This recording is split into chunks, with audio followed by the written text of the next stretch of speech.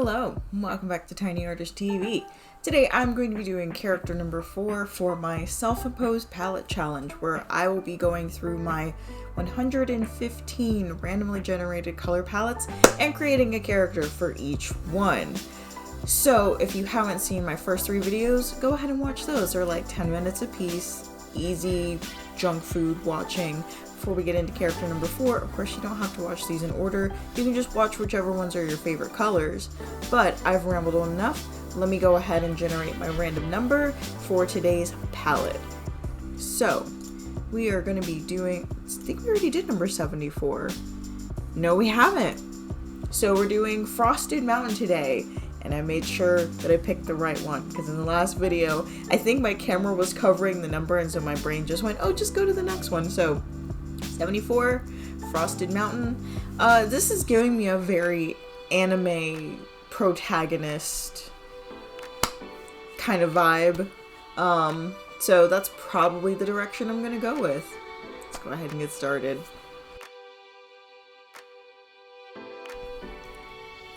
So when I say anime protagonist, anyone who watches anime knows that there's a wide variety of genres available. In my mind, and you'll see this in all iterations of my sketches, that the character is the same, it's just a matter of getting the pose down. I had in mind this kind of like mechanic punk, like she's someone who builds these like giant automatons or like fighter style robots and things like that. Eventually, and this is kind of where I really solidify the overall look I want for the character, is this pose right here. And I was gonna have her giant hand gauntlets that she ends up with just kind of resting in the background, kind of imply, you know, she's taking a break from whatever she's been doing. And I end up looking up some, you know, some anime poses to get some inspiration. This pose right here is where things just really start coming together. So as you can see, as mentioned, the character itself, she never really changed. She's still wearing, like, you know, her overall. She's gonna have her giant pigtails. She's got the gloves or whatever. It was just a matter of getting a pose that I was happy with, something that was a little more dynamic than some of the other poses I had been doing. Well, I guess most of the poses have been kind of, well, yeah, they're a little kind of floating in space, a little more interactive, I suppose. And from here, it's just working out the details in the sketch and then doing the line art and doing the colors. I think she turned out really cool. This one and the last 2 so far have been my favorites as far as like the overall execution.